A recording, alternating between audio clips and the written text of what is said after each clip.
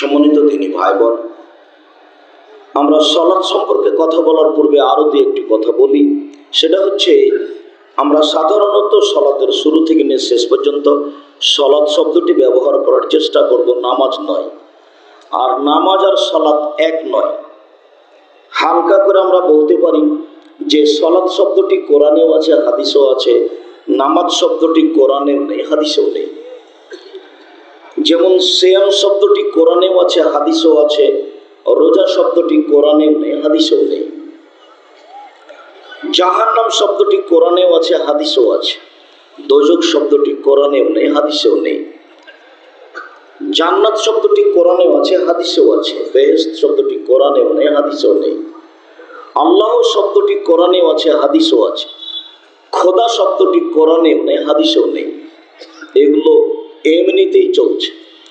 যেহেতু এদেশের মাটিতে বক্তব্যের জগতে এমন একটা আশ্চর্য জগতে এক শ্রেণীর মানুষ দিন প্রচারের নামে অবস্থান করছেন, যাদের বিদ্যা লাগে না।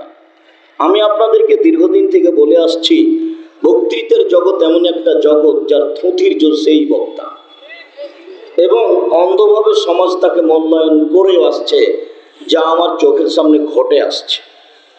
যার কারণে আপনাদেরকে আমি বলেছিলাম যে বক্তা ও শ্রোতার পরিচয় বইটি একটু পড়া দরকার। বইটাতে কি আছে যে সেখানে বক্তা ও শ্রোতার পরিচয় নামে একটি বই লেখা হলো। আর আপনার কারণে আমি তাফসির কি মিথ্যা হতে পারে বইটি লিখেছিলাম। বইটার নাম হলো তাফসির কি মিথ্যা হতে পারে। অবাক লাগে, আসলে কি তাফসির মিথ্যা হতে পারে? কোরআনের তাফসির মিথ্যা হয় কি করে, অথচ বইটিতে যা তাফসির আছে সবই মিথ্যা। এইসব বই যদি আপনাদের সাধারণ মানুষের কোনো পরিবর্তন না ঘটায়, তাহলে এটা একটা জটিল ব্যাপার যে আমরা সঠিক কোনটা কি দিয়ে বুঝবো, এটা আমরা নিজেরা নিজের বিবেচনা নিজেরাই হারিয়ে ফেলেছি। আপনাদের ব্যাপারে আল্লাহ তাআলা একটি সতর্কবাণী পেশ করেছেন। আল্লাহ তাআলা বলেছেন, ফাসআলু আহলা যিকরি ইন কুনতুম লা তা'লামুন বিল বায়িনাতি ওয়াস সবর। হে দুনিয়ার অজানা মানুষ, তোমরা জানা মানুষের নিকটে জানো প্রমাণ সহকারে। প্রথমত আল্লাহ আপনাদেরকে বলছেন জানা মানুষের নিকটে জানতে হবে। তাহলে একটা মানুষকে দাওয়াত দিতে হলে 2-4-5 জনকে জিজ্ঞাসা করতে হবে আসলে উনি জানেন কিনা। দয়াল চান হলো এদেশের একজন আলোচক।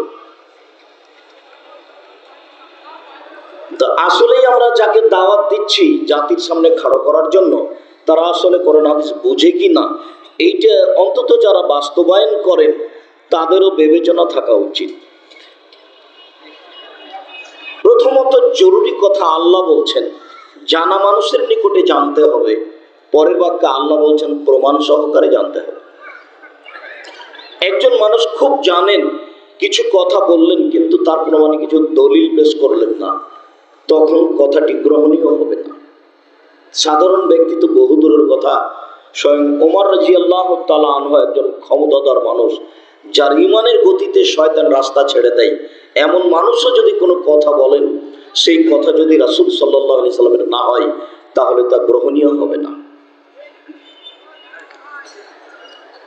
সম্মানিত দিনী ভাই বোন, আমি আপনাদেরকে আলেম ওলামাদের পক্ষ থেকে একটি হাদিস বলতে চেয়েছি, যা রাসূল সাল্লাল্লাহু আলাইহি সাল্লাম বলেছেন, যারা দ্বীন প্রচার করেন, তাদের ব্যাপারে রাসূল সাল্লাল্লাহু আলাইহি সাল্লাম বলেন, বাল্লিগু আন্নী ওয়ালা আয়া। আমার একটি কথা জানা থাকলে অন্যকে বলো।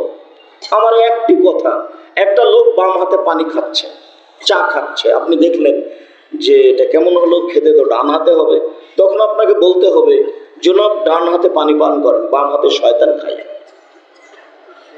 তাহলে আপনার একটা কথা জানা আছে, কথাটা আপনি আরেকজনকে পৌঁছে দিলেন। এই কথা রাসূল সাল্লাল্লাহু আলাইহি সাল্লাম বলেন। তিনি বলেন, ওয়াহাদ্দিসু আন বানি ইসরাঈল ওয়ালা হারাজ। বানি ইসরাঈলের কাহিনী বলো, কোনো দোষ নেই। বানি ইসরাঈলের কাহিনী সত্য মিথ্যা আছে। রাসূল সাল্লাল্লাহু আলাইহি সাল্লামের হাদিস যেমন জাতির সামনে সত্য মিথ্যা দুটাই এসে আছে।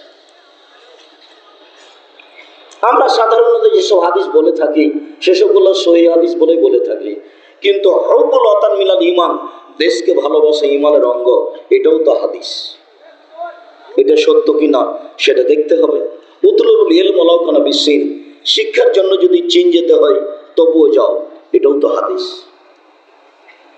এমন ভাবে জিকির করো জিকির করছে যে তাকে যেন দেখে পাগল মনে হয়, এটাও তো হাদিস। আদম আলাইহিস সালাম ভারত থেকে হজ করতে গেলেন 60,000 বার।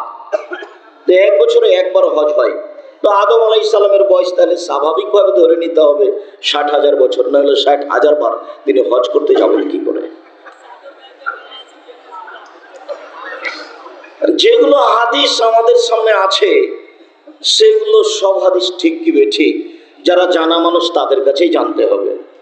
শতদিন আপনাদের সামনে আমি বলে আসলাম যে মুকশিদুল মুমিন বইয়ে একটা হাদিস আছে যে এক ওয়াক্ত নামাজ কাজা করলে 80 হুকবা জাহান্নামে থাকতে হবে।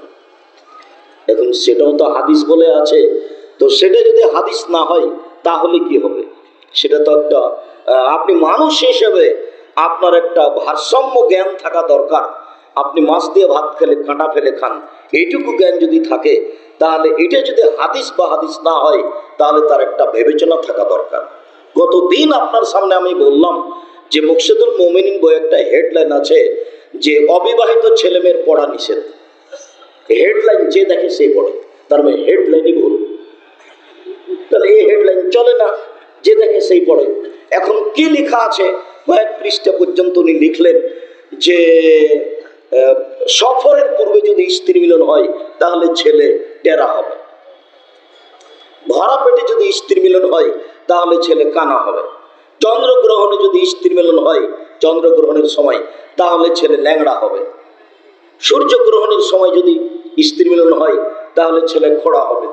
এইসব কথা দিয়ে যে লেখক তার এই পুরো আলোচনাটা ভরে ফেললেন, আসলেই কথা কিনা তা আপনাকে তো দেখতে হবে। আমরা তো বলেছি আল্লাহর কসম, আল্লাহে আল্লাহর কসম, আল্লাহে আল্লাহর কসম, লেখকের এই হেডলাইন সহ একটি কথাও সত্য নয়।